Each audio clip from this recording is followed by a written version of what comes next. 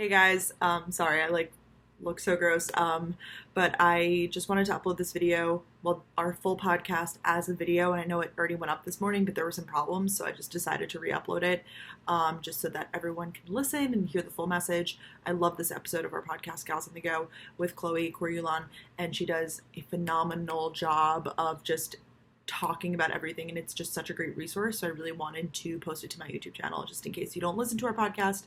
You can listen to it here. I have a bunch of links and important things in the description below for Black Lives Matter. Donate, educate. This week, that's what we should all be doing. So thank you guys. Hello, you guys. Welcome back to another episode of Gals on the Go podcast. I'm Danielle. I'm Brooke, and this episode is going to be very different than our normal episodes, you guys, or I guess every episode previous to this one. This week for us, I'm sure like many of you guys, it's been a wake-up call. It has been a week all over social media following the tragic murdering of George Floyd. And Danielle and I wanted to do our best to speak out about this issue in the best way that we could. So this is a really special episode because we do have our friend Chloe Coriolan on this episode.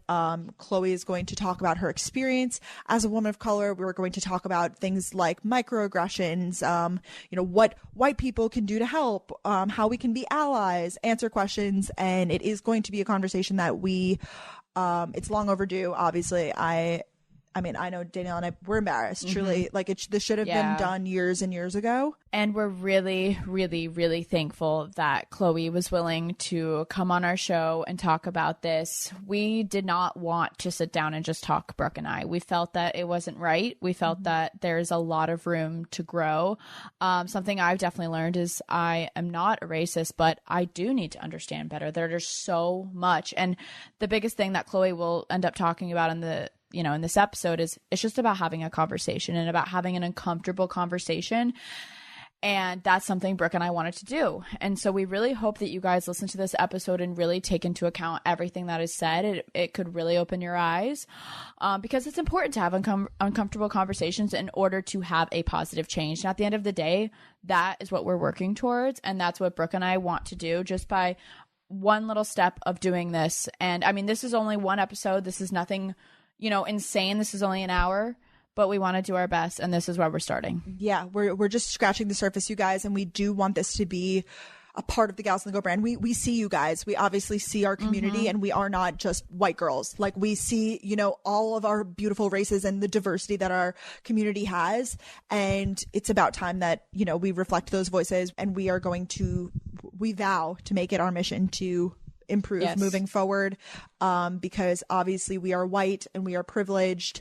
We all make mistakes, and guess what? That's what we're going to be talking about in this episode today. And we're so excited. Like, we want to talk about everything that is going on in the world. We want to talk about how we can be allies. We don't want to silence anyone. We want to hear what everyone has to say, and we want to be, we want to be more understanding, and it's okay to take ownership, and it's okay to like say something wrong. It's okay. Chloe said that in the episode a lot. Yeah, it was a lot of that, of like recognizing if you said something wrong and being like, you know what, I messed up and I'm going to try to improve from here. And I think Danielle and I are both doing that. We're doing that every day. We talk about that all the time, but really taking ownership of our issues. And we realize that we haven't done the best job in the past in terms of these issues. I know that in the past there are things that have been said that might have been taken the wrong way, and I'm here to tell you that I am here to learn, and I want to continue to learn and continue to better my understanding of all of this. And I'm here to say that from now on, Brooke and I both are vowing to work as hard as we can to, spread this message, to learn more for ourselves and include more diversity, more just information about how you can be an ally in our show, on our platforms. Yeah. And we don't want it to be a shameful thing either. I think we've gotten, a lot of messages from girls that like, I really want to help, but I'm just being, torn down or whatever. And we want this to be an educational resource for you. Yeah. It's going to be fun. Yes. So we are truly getting into it today. And we don't know everything, obviously, and we feel for the Black community, but because Danielle and I are white and we have privilege, we truly, we don't know what you are feeling, and we will never feel that. But we are here, we are allies, we support you. And I think the biggest thing here is like, this isn't politics, this is just basic human rights. And we wanted to go a little bit deeper. We do talk in the episode about white privilege and what it means and why white people should not feel like they're being called out. When people say white privilege, I think in the past it's been associated with that, and you feel like attacked for, being called white with privilege. We wanted to talk a little more about that. Basically, we have the privilege to do things and not worry about them. It's unseen, it's unconscious advantages that we have. And as white women, we do have them. And it's important to first obviously recognize that. And there's some things that we think you guys can do to recognize your white privilege, and things that we're going to start actively doing. And I think the first thing is just to not take it personally. Do not use feeling awkward as an excuse to not engage, because honestly, that's something I did for the longest time. I felt so uncomfortable. Brooke too. We felt so uncomfortable talking about it. That's why we kind of unfortunately strayed away from it in past episodes, because we wanted to be happy, sunshine, rainbows, like it's all good. But guess what? We're learning that that's just not it anymore. That's just that is not okay. And it's embarrassing that we are just now deciding to do all this. But don't take it personally when people say you have white privilege. It is not like that at all. And you cannot use feeling awkward as an excuse. Like, you should be engaging. Mm-hmm. Completely agree. I know we both shared, I think, this quote by Desmond Tutu on our Instagrams, that if you're neutral in situations of injustice, you have just chosen the side of the oppressor. That's it. That simply stated, so it's so well said. Also, because of our white privilege, I know that we don't have to worry about things. Chloe talks in her episode about things that she's had happen to her and her family because of the color of her skin. It is sick, you guys. It is just not acceptable. But because we are white, we have the privilege to know the police will probably be on our side. If we get pulled over, it's probably going to be fine. And that when we're sitting in history class, we're probably going to learn about white people, because, everything is all about white people. And we don't have to worry about people following us. And that is just the unconscious, like, white bias that we've been living with in our entire life. And I'm, like Danielle said, we're embarrassed to realize that it's taken us this long to wake up and be like, okay, it's time to do something with that privilege. Yes. And another thing that you can do to kind of recognize your white privilege and use it, to help, is you have to learn when to listen to someone, when you should be promoting someone, and when to speak up for what you believe in personally. Because there's times, like in this episode, you'll see we really just wanted to hear Chloe talk. We really wanted to listen. There's a lot that we have to learn. So it's important to listen. And then once you have a better understanding, then you can promote what others are saying. And what by promote, I mean, okay, yeah, you can repost these stories of these cute graphics, but you have to know why you're doing that, and you should have a reason behind it. And then also, if you're sitting with your friends, Chloe talks a lot more about this, but when you're sitting with your friends, learn when it's okay and when you should be speaking out to, like, help others. So there's definitely 3 different times. The biggest thing, I think, is to listen first, and then you can go from there. Mm-hmm. Yeah, and doing more than just the stories, and realizing that if you're posting a story, are you posting it just because you feel like you should, or just because you genuinely believe the message there, and you're doing the right thing. And I think I've taken a point from that too. I know Danielle and I were trying to educate ourselves. I'm like a third of the way through White Fragility, and I know it's a white author that wrote this book, but it's all about white privilege. And I talked to my parents about it. I was like, I can't believe I'm just now, like, doing my research on this stuff. Mm-hmm. Like, it is embarrassing. It is. I saw our friend Arlen Moore is doing, like, a bunch of, like, tweets and stuff just about how he is a 23-year-old white male and he is embarrassed about it. And I feel that as well. And I know that I should have done this sooner, and I know that I should be, taking responsibility for my actions. And we have a voice and we want to use it as allies, because we are allies, but we have been silent, and that is unacceptable. Yeah. And something that you can start doing, like, I know with everything going on in the world right now, we're all kind of at home, and, it's harder to just go out there. And, like, some people don't feel comfortable going to protests and marches because of the virus.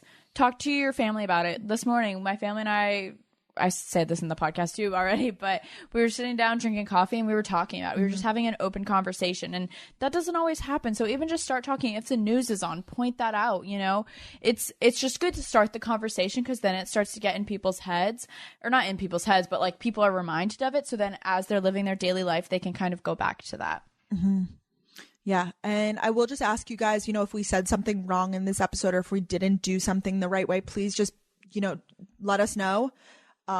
We are listening. We hear you, you know, if we are not doing things the right way. I think we talked about that in the episode with Chloe too. When people call you out on your stuff, you know, don't kind of try to make excuses or whatever it is. And I think, you know, Danielle and I are both working on that too. So we are trying to use our platform. You guys, we are trying, and we probably will stumble and make mistakes along the way. And that's just part of the journey. And you guys are on it with us. And I mean, this is it. Yeah, so we kind of said it before, but, you know, just a couple quick things that you can do, you know, if you are to use your white privilege, or to just use whatever privilege you're working with here. Educate. We have resources that we post on our Instagram story. We'll constantly be flooding you guys with different things. I mean, literally, you can just go on Instagram and see something for sure. You can donate.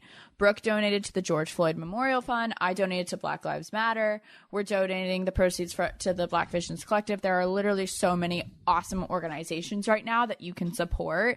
And then vote. Register to vote. It's coming up in November, but also, you know, I've been seeing everybody, you know, vote in your local elections and things like that too, because that's where the voices get amplified. So lots of voting. Texting, I'll just plug these really quick. Text Floyd, FLOYD, to 55156. These are how to sign petitions, by the way.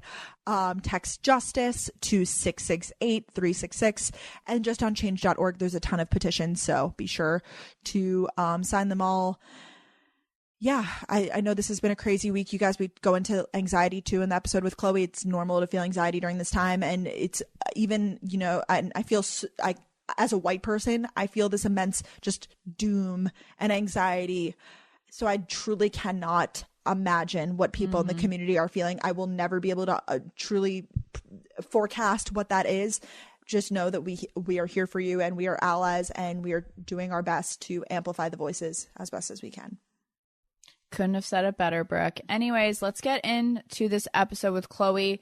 She dives deep into really a lot of important topics. Like we said before, you know, it's not going to cover everything in the whole entire world, but it's going to give you guys at least a star. I know a lot of people, we answer your questions at the end of the episode that we got on Instagram with Chloe about, you know, just simple things that maybe you are uncomfortable to ask. We're here to talk about it. We really just wanted to open the floor. You know, Chloe said nothing's off the table, and we were so thankful to her for that. She's a YouTuber, Instagrammer. She's so freaking awesome. We love her. She's so well spoken, and I just think you guys will really enjoy this episode. Yeah, if you don't follow her already, you're missing out. So definitely do that, and enjoy the episode, you guys.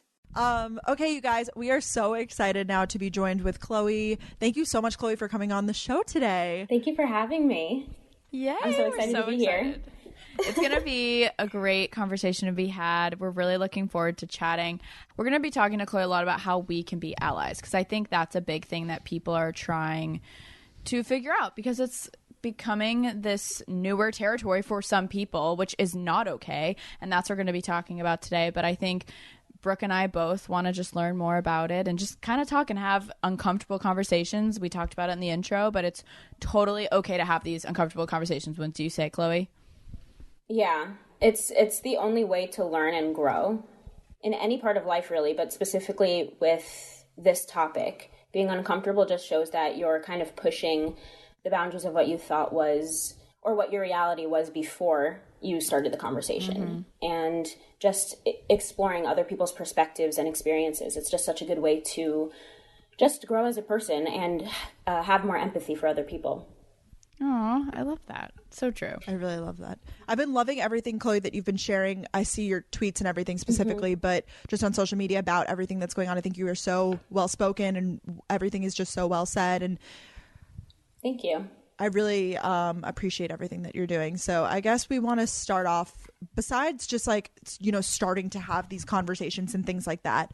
I want to talk more about like education, the concept of education in general, because everyone's saying, you know, that's the big thing right now.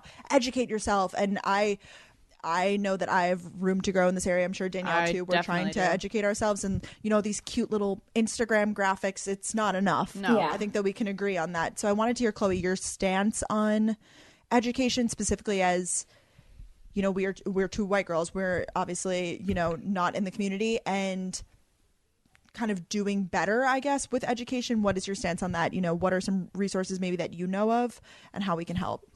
Well, I think first things first, having conversations like these with your Black friends or Black colleagues or peers, that's, I think, a good start. And, watching documentaries and like 13th or something like When They See Us, which is on Netflix, just looking at, there's so many resources and so many documentaries and books that people are talking about, like White Fragility, like all of these books and movies and docs, like I feel like that's also a good place to start. And while having conversations with your, with Black people in your life are important, I do think that going out and doing research on your own is the next step as well. Because I also want to make it kind of known that, like, while I and so many other people appreciate having conversations like this, it's really our own job as individuals to find the resources on our own, if that makes sense. Because, if you just rely on someone to just sit and educate you, there's really not going to be much to gain from that, because people are kind of tired, and exhausted of being the ones who always have to teach and have to preach. And we don't want to do that. But I do understand, obviously, the want to find these resources. So, yeah. So 13th, When They See Us. Oh my God, there's so many books. I can't even think of them all right now. Because even on Instagram, I saw you guys shared book lists and I shared book lists. So just go through those, buy the books, buy the audiobooks, and just start there and then continue to have conversations. I think those are the kind of the two main points, Totally. I think the biggest telling point for me has just been talking. And it's something that I personally was never 100% comfortable to do, and that's why even just us sitting and down and talking together is, I think, such a great step. And I hopefully this inspires others to kind of sit down and chat, because I love what you were saying about how you're just tired, you don't want to have to educate. We should have that desire to sit down and read about it, to watch a documentary. I think documentaries are a great opportunity because it's something they can watch, and you can never 100% know how someone's feeling, but it'll kind of give some more insight and hopefully give people some more empathy and need and want for more help. So I really love what you just said. That makes complete sense. Thanks. Yeah, I think I definitely see in so many of my friends who are just, first of all, checking in on me, which is just such a kind thing. Totally. But also saying also saying that they just ordered a bunch of books, or they are about to sit down and watch another documentary. I'm really grateful for that. And I think it's a great step. And I'm happy that, a silver lining out of all of this could be that people are now pushed to learn more and grow more. Yeah. So let's just talk about really quickly, your experience as a woman of color through, education, work, YouTube. Is there anything that, maybe trials, tribulations that you've gone through with that, or anything specific? Well, yeah, before I even, talk about that, I do want to briefly say that I don't want to, I'm not speaking on behalf of all Black people. And there are just, the Black experience is such a spectrum. It really depends on where you're from, what community you're in, when you were born, where you were born. There's so many different, there's not just one Black experience. So I'm just mainly, speaking from my own experience and my own perspective. But, so growing up, I grew up in not all, I don't want to say that. It was, my town was diverse, but it was still a mostly white neighborhood. So there were a lot of instances, of, little microaggressions, which people, I don't think it's completely understood what microaggressions are and what, little moments of prejudice can look like, because they're just such everyday things that people don't even notice them that much. So while I never truly experienced overt racism, I did experience covert racism, and like little moments of people saying things like, you're not really Black, or you don't act Black, or you're an Oreo, like you're Black on the outside, white on the inside. And things like, when I was in high school, I had a lot of nicknames that weren't okay. And at the time, I didn't realize they weren't okay, because, you know, I had my own issues with, you know, being insecure and wanting to make friends, because I was like kind of socially awkward, you know? So I had nicknames like Little Tyra Banks, because they used to call my older sister Tyra, Black Betty, Baba Black Sheep. Yeah, I know it sounds kind of crazy, but at the time, like, granted, people didn't say these nicknames with ill intent. They just thought it was a funny thing to say. And at the time I was like, yeah, oh my God, so funny, because I didn't truly understand the weight behind it, and how, and like where it was coming from, and how it was kind of putting me in this other category. How like I had mostly white friends, and them calling me a nickname that wasn't like Chloe, you know, or Chloe Money, you know, it would be Willow Smith. Oh my gosh. So it's little things like that. Well, they're actually not little things. I would say they're pretty big things, you know? So there's the nicknames, and then there's the comments about me not acting like a stereotypical Black person, so I must not be Black. And then, you know, also, this didn't happen to me, but I was kind of unsure if I wanted to share this, but this didn't happen to me. My dad, he is fine, like totally okay. But one day I remember, so my dad drives like a nice car, let's just say, and he plays soccer on the weekends. And on his way back from soccer, he's typically in all sweats. So one day he was bringing stuff back and forth from his car, from the driveway into the house. And I remember seeing him, and I saw a cop pull over in front of my house and just sit there, because it was pretty obvious that they weren't sure if this was my dad's car, and you know, and nothing happened, thank God. But I remember looking, and I was so scared and so upset about that, because obviously, you know what happens in the world. You didn't know what was going to happen. Luckily, he realized that it was his house and he drove away. But things like that, and things like, you know, family members being followed in a store. So yeah, while I personally, and also my older sister, she's a doctor, and like not long ago, you know, a very angry patient of hers called her the N-word. So while I haven't experienced like overt racism, it's definitely something that I'm pretty adjacent to in my life. Thank you so much for sharing that. I know that is so hard to share, and it sounds like you were a little bit unsure, but that, I really hope people are hearing this right now. That really hit me for sure, and just hearing it firsthand from you, I think really opens people's eyes. It opens my eyes even more. So, wow. Wow. I definitely...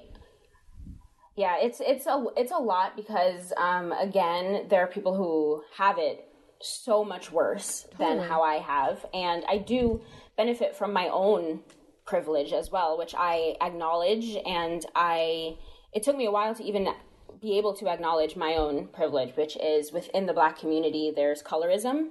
So like, I'm a light-skinned Black woman, so I benefit from that.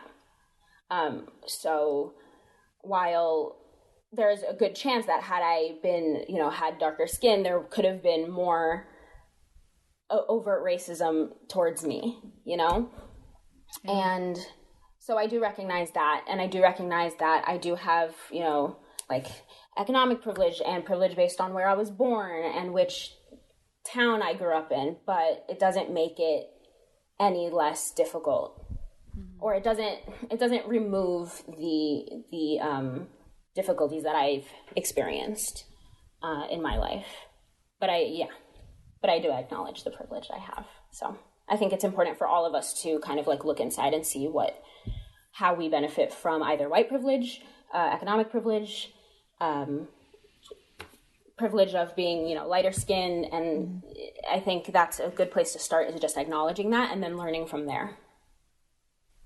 Definitely. And yeah, I think the privilege is a huge conversation. I really wanted to circle back, Chloe.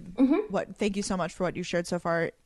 It's so impactful. And I think it's also just very eye-opening for people to realize that this still very much exists. It's so easy for people to like sweep stuff under the rug and be like, oh, we've progressed as a country. Clearly we have not. Like this is the proof. But I know you mentioned microaggression and micro racism, and I want our audience to be clear of what this is, and that this is wrong, and just kind of shed some more light on that, I guess. And I know you've mentioned the comments in passing and the nicknames, which are absolutely unacceptable. But maybe how to call your friends out on it in a way. Because I think also people listen to this, and I know I've done this in the past and tried to say, oh, well, I'm not racist, but have I allowed friends or people in my life to say things and me not stick up for what I know is right in my heart? Of course. And I recognize that, and I'm trying to be better. And I think this is like an area to do that. Would you agree, kind of? Yes, I definitely agree. I think, first off, acknowledging there are different types of racism, right? There's the things that we see on video of Black men and women getting beat up or murdered solely based on the color of their skin, or people being called the N-word, or, just so blatantly, obviously racist things, right? There's that, but people don't realize, I know there's a graphic that's been going around, the triangle graphic that shows like the deliberate racism, or not deliberate, but like the very obvious racism, and then there are so many layers underneath that of like you said, the little comments that people make, the little prejudices people have. So I do think first step is to acknowledge that that could be something that you're doing without realizing it, or something that your friends are doing that they don't realize it, or, you know what I mean? So yeah, it's like such a heavy topic. Totally. Take all the time you need. Yeah.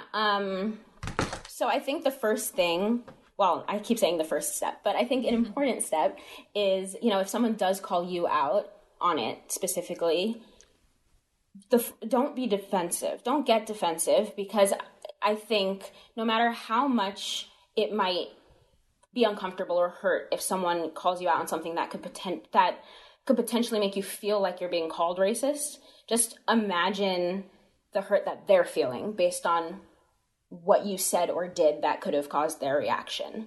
So I think, I don't know if I explained that correctly, but if someone says, hey, what you said wasn't okay, or what you did wasn't okay, I think it's important not to be defensive. I think it's important to ask why, or engage in conversation, and not just put it off and be like, I don't know what you're talking about. I'm not racist. I can't believe you would even imply that, Yeah. Because that happens so often. And that's happened to me too, where I'm having a conversation and someone says something that's, not okay or based in prejudice. And I go, hey, by the way, what you just said just there isn't necessary. It's not okay. Don't say that again, please. Or you hurt my feelings or something. And then I've had people just get upset, how could you call me racist? Well, first of all, I never called you racist, but I do think that if you just sit and think about how what you said made me feel, then you can go from there, and then you can learn to not say things like that again. And by the things I'm talking about, things like what I said, right? So you don't act Black. You're not a Black person. You're not that Black. You're pretty much white. And I do want to kind of dive more into that specific phrase, because that's something that I think I've heard that one the most in my life, and my friends and family have heard that the most in their lives. And I think that the issue with that statement in particular is that when you imply that someone, or try to compliment someone by saying that they're not acting Black, first of all, you're stereotyping Black people, and you're pigeonholing Black people and telling them that there's only one way to be Black, and if you're not acting that way, then you must not be. So there's that. And then you're also implying that acting Black, quote unquote, is inherently a bad thing, because, oh, wow, it must be so great, or it's so great that you're not acting like this. You know, it's so great that you're acting more like me, you know? Yeah. So I think that first understanding the meaning behind what you're saying, even though you may not be intentioned, you know what I mean? You may not have ill intent saying something. Maybe sit back and allow someone to explain it to you, or sit back and maybe do your research or do some thinking about why you said what you said or the meaning behind what you said. And we cannot thank you enough for sharing like these deep personal stories. I know I can't imagine truly like the emotional, like what this takes. Yeah, it takes a toll. It really does. And having empathy, I have empathy for people who don't realize what they're saying. Mm-hmm. So I'm not going around being like, oh my God, screw everyone because everyone's just so racist and mean and evil. Like, no, I understand that people just don't get it. They're ignorant, and that's not, being ignorant isn't a bad thing. It's just a signal that there's work to be done. But if you're intentionally ignorant and you're okay with staying ignorant, then that's where the problem lies. Right. So for our listeners and for Brooke and I, and so you personally feel comfortable if, you know, when people say, okay, yeah, I'm not a racist, cool, but you can understand better and you want to understand better and you want to learn more. That's kind of where you feel comfort, would you say? Like that's what people are wanting to hear more of and really feel? Yeah, I definitely there's comfort in knowing that the people around me are willing to have the conversation. Okay. Yeah. Cool. And I like what you said about how people get defensive, because I think many white people have gotten defensive in the past, you know, when people call you out on stuff, because it's like we said, it's just an uncomfortable conversation, which it shouldn't have to be, but for some reason it's just become, you know, this taboo subject that we have to be so careful and tiptoe around and everything when we need to be having these conversations. So I really like what you said there, Chloe, about how, you know, don't get defensive, and I needed to hear that, honestly. I needed to hear that. The call out on that. Yeah. It's definitely hard, I think, for people, but hearing that is just so good to hear. Instead of just being like, oh, I'm not racist, just kind of be like, you're right. Like, take ownership for it, hear them out, and just have a desire to want to understand more. And that's something I personally am going to work on so much more. Holy crap. Yeah. So, cool. That helps. I did want to say also in reference to how you guys could be allies and how you can, you know, work towards kind of fixing what we just spoke about, right? Yeah. I think the first thing, it's really important to, again, acknowledge if you say something wrong or if you have any prejudices, or even acknowledging the privilege you may have.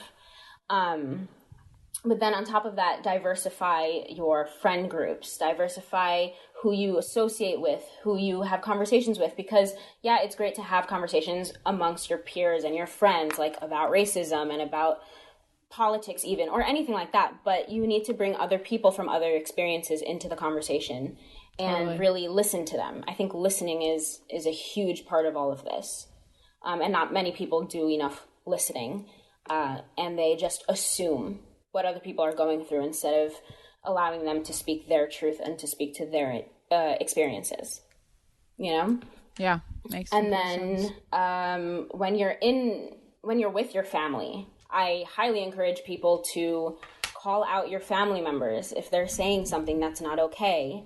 You know, say it out of love, like, I love you, mom, dad, grandpa, grandma, but what you said is not okay. What you said can hurt someone, or potentially has hurt someone.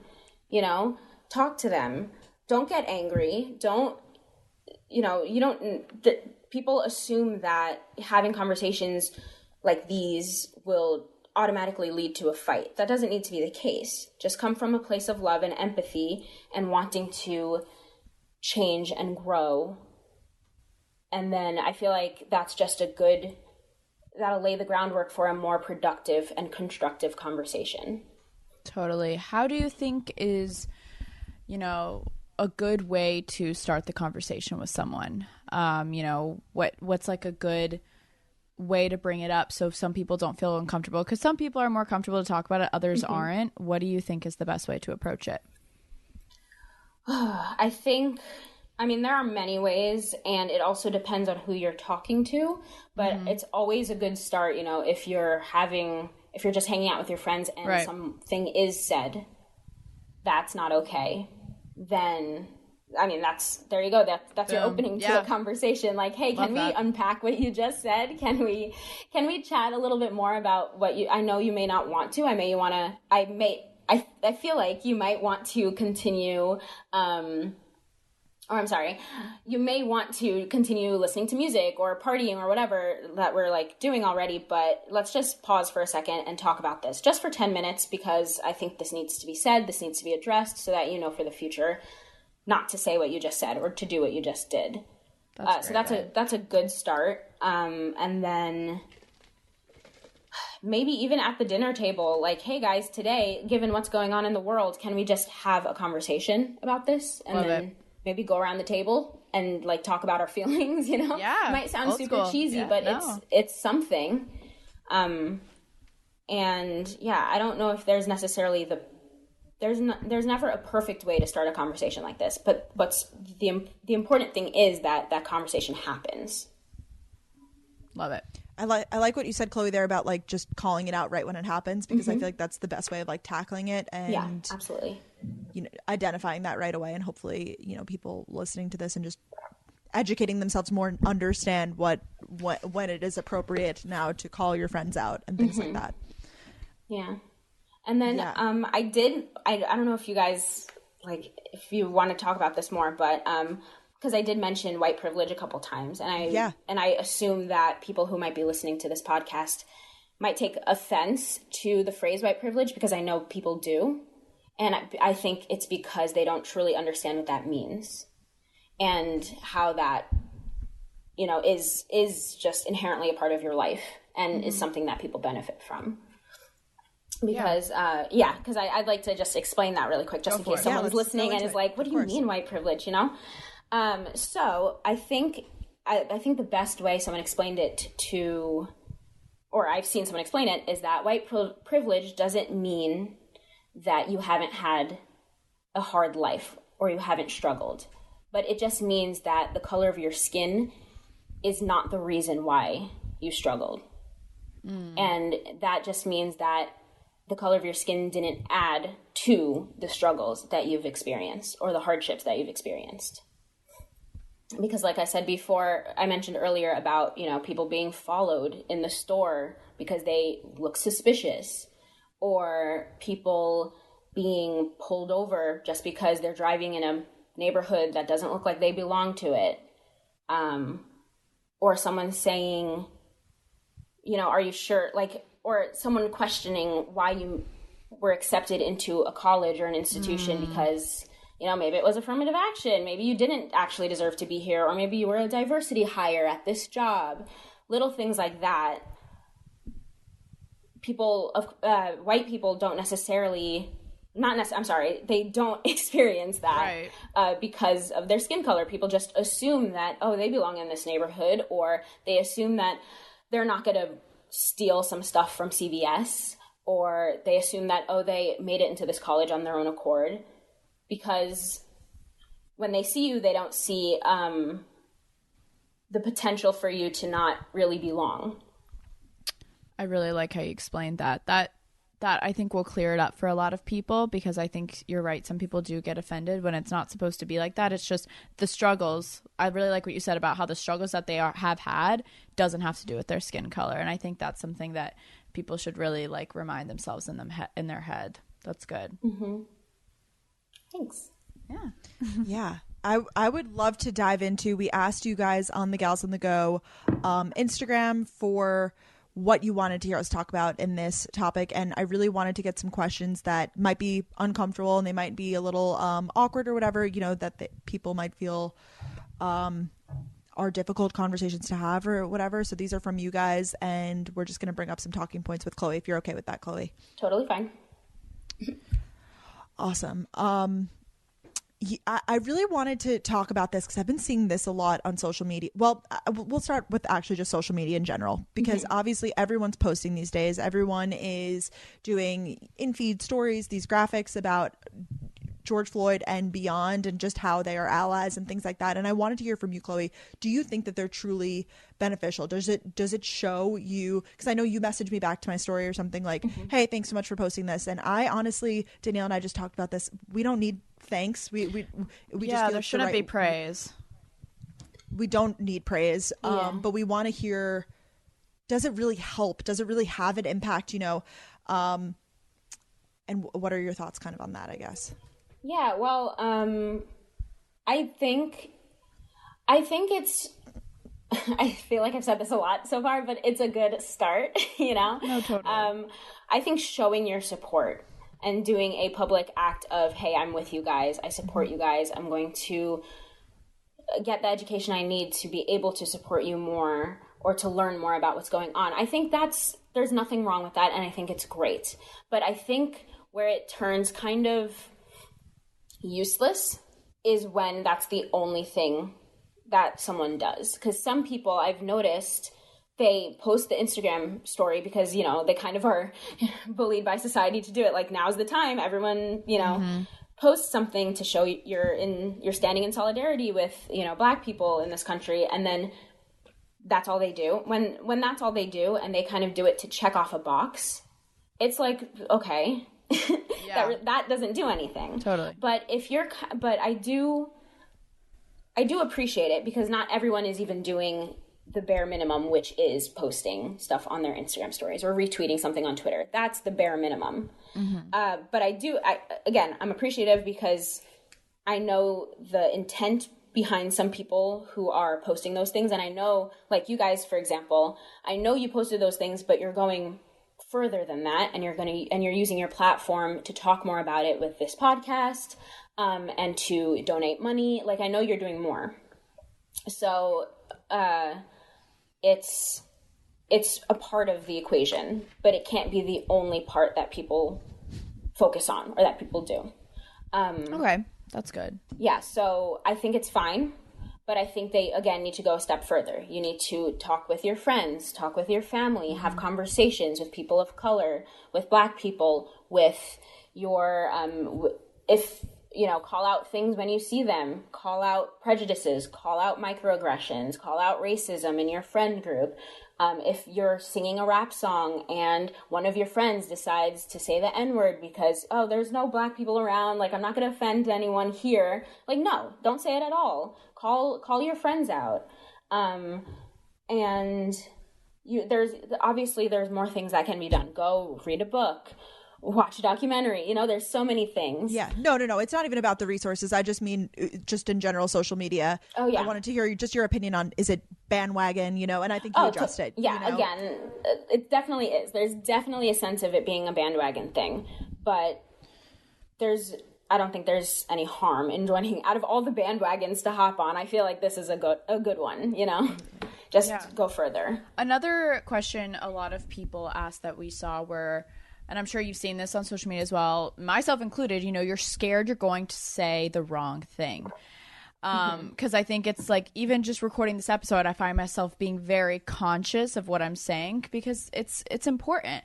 So to those people, to myself, to people who are scared to post something or scared to talk about it because they don't want to say the wrong thing, like, what do you have to say in regards to that? I think it's all about, okay, with the internet, there will always be trolls. There will always be people who get mad at every little thing that you say and do. But I think if you go in it with good intentions and you show that, you're coming from a place of love and you're just trying to do better. You're trying to be better and responding to valid criticism.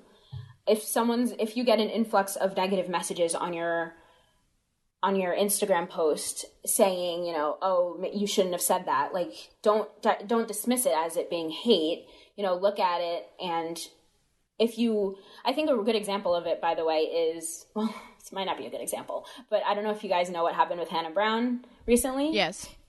from The Bachelorette, she said the N-word on her live, and obviously that's different than just like briefly saying the wrong thing. Like, she straight up said something that she shouldn't have been saying. So obviously it's a different level. But I did watch her live story that she did a couple days ago, where she addressed everything, and she said that she's learning and growing, and she took the valid criticism. She told people, don't defend me because what I did was wrong. I think that was a good example of how you can grow when you do mess up.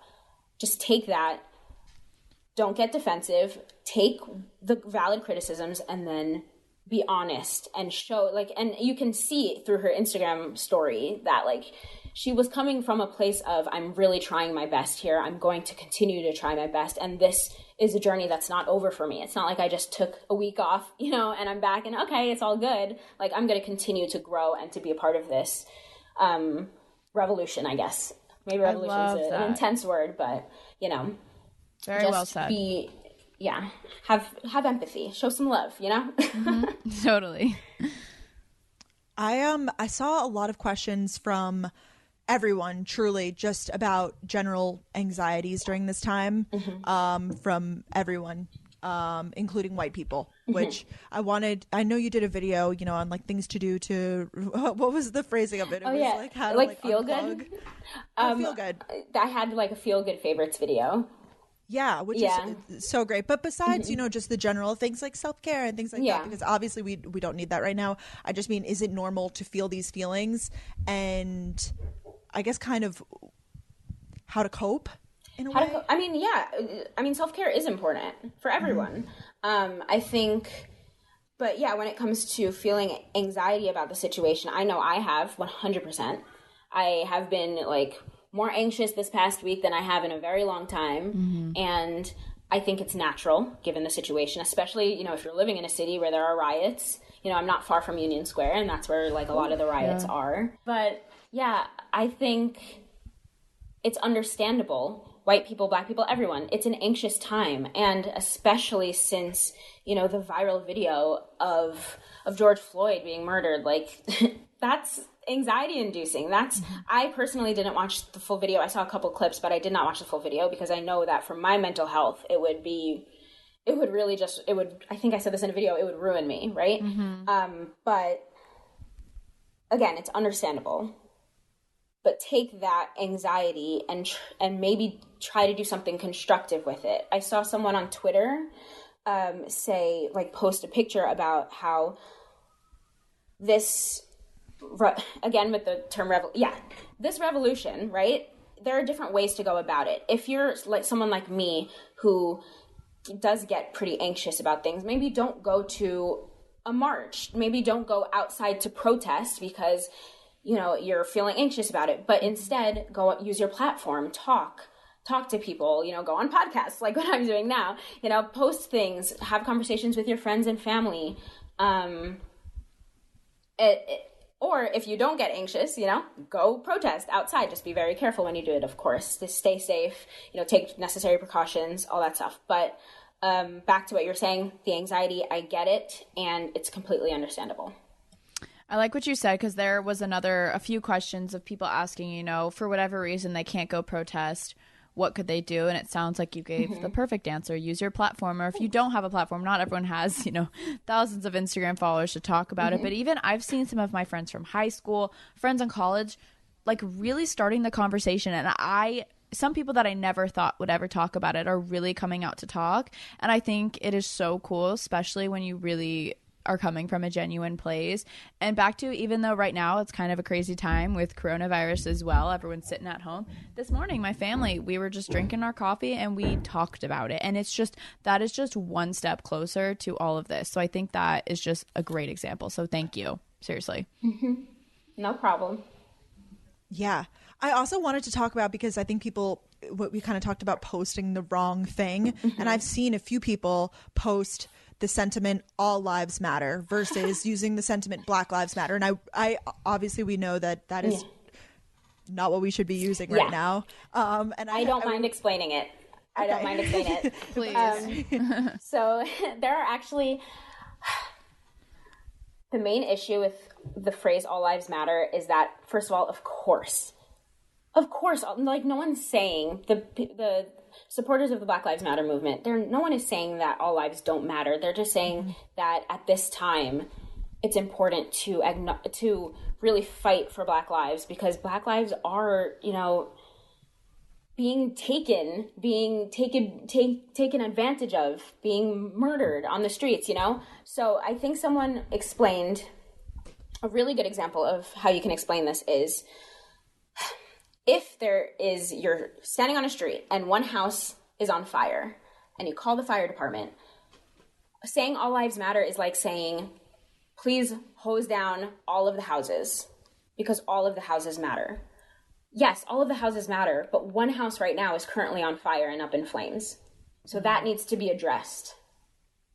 And right now, the Black community is hurting. Black people are being killed because of the color of their skin. So that needs to be addressed. And yeah, I think that's probably the most basic way that you can explain that. So I encourage people who are listening to this, and if you're going and talking to your friends, and someone says, yeah, but all lives matter. Well, yeah, duh. But, use that analogy, or I don't know if that's the analogy is the right word, but use that, kind of, concept, analogy. Yeah. I think, okay. I really had to think about my elementary school. Use that and use that as an example. Another example is, if you're at a breast cancer march, or a run for breast cancer, that's like someone coming in and saying all cancers matter. Mm-hmm. Well, yeah, of course, no one's saying all cancers don't matter, but this is the run for breast cancer. We need to address the matter at hand. This is what's important right now in this moment where we're at. And that needs to be addressed. And until that's, and again, to expand on that, all lives matter, or all lives can't matter until Black Lives Matter. And right now, what we're seeing clearly is that people aren't agreeing with the fact that Black Lives Matter, because Black people are being murdered every week. Mm-hmm. Black people are having racist things said to them. Black people are getting beat up. Black people are being followed in the stores. Microaggressions are happening to them on a day-to-day basis. So, when things like this happen constantly, it doesn't really seem like Black Lives Matter.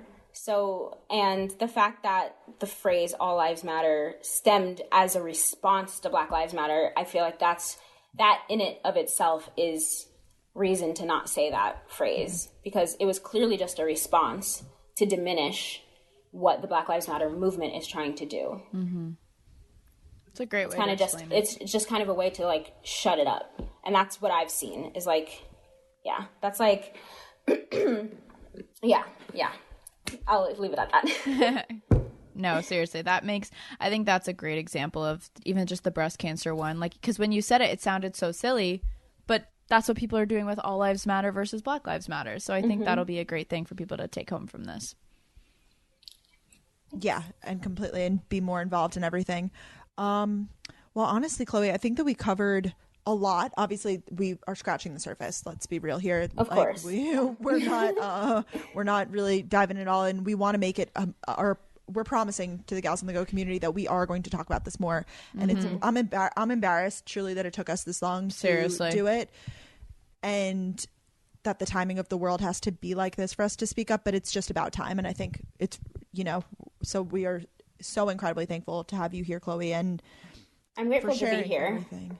I'm really honored that you guys reached out and asked me to join, because it's something that's really important to me, and the fact that I'm able to come here and talk to you two, and also talk to your audience it's really great. And I hope the people who are listening, are kind of inspired to do what they can to go and support the movement, go and support Black people, Black influencers, Black businesses, Black companies, and really donate to the cause, right? Donate to funds, donate to, there are so many, if you just go on Instagram for 5 seconds, you'll see so many, right? Oh yeah. But I hope that this inspires people to stand up for what's right, to use their platforms, and to educate themselves, because only good can come from educating yourself and from having the important and difficult conversations. So plug yourself. Where can people find you so they can follow you along? Because I'm sure you're going to be posting some great stuff the next few weeks as well. Yeah, well, I have, I think my main thing is my YouTube. I just finished Everyday May, which was a video every single day for the entire month of May. So it was 31 videos, and I'm exhausted, but I did it. Thank you. So my YouTube channel is my name, Chloe Coriolan. And then I have an Instagram and a Twitter if anyone wants to go hang out with me there. But other than that, I'm just hanging out, you know? Awesome. That's where people can find me. We'll have all of her info in the show notes, you guys. Chloe, thank you so much again. This was so important to have, and I know we all can take something out of this. So, yay. 100%. Thank you for having me. Thank you. Of course. Right, Thank sounds you. good.